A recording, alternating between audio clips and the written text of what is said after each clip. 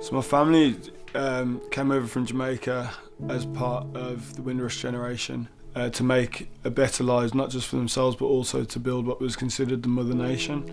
The first move was made by my grandfather, followed by my grandmother, who came to set up a life here, and they were followed by their two sons, which they'd left back in Jamaica, my Uncle Donovan and Uncle Benito. I was born in Jamaica, a place in Montego Bay. We come over here when I was 11, Benito was 10. And when I come here first, life was kind of hard at first. Dad was working. He was working very hard till morning, till late at night. Dad used to be working to look after all of us. I didn't like it. I used to cry to go back home and the racism and things like that.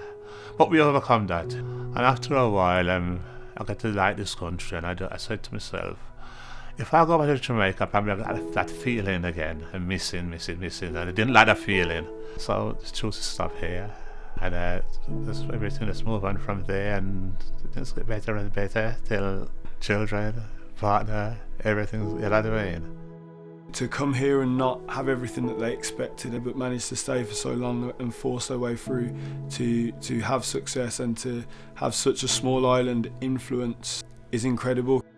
Both my parents being in the uniformed services in the police definitely gave me a sort of desire to serve, but also I found that the Royal Marines might embody all the values and shared values that we were brought up to believe in. Training was tough. There were 108 recruits. I was the only black officer.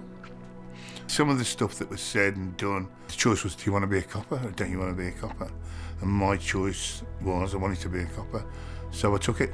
And when I put the suit on, you know, I couldn't have been prouder. And that was really the first time that my dad seemed genuinely proud. When you look at the UK, it is a diverse country. No matter what anybody wants to say, it's diverse. Therefore, you've got to have a real reflection within every organisation. If, you know, we are to build relationships that work. Jordan joined, and I think of him now in his role, and some of that's following what I did with regard to the Black and Asian Police Association that I was involved in. It's something that's in this family. We all make our own choices and the like, and representing your country is a biggie.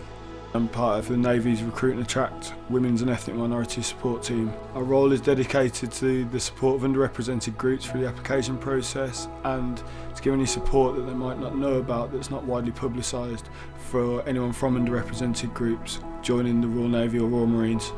The Navy is heavily underrepresented by ethnic minorities and women, and within modern society it's not so much the same.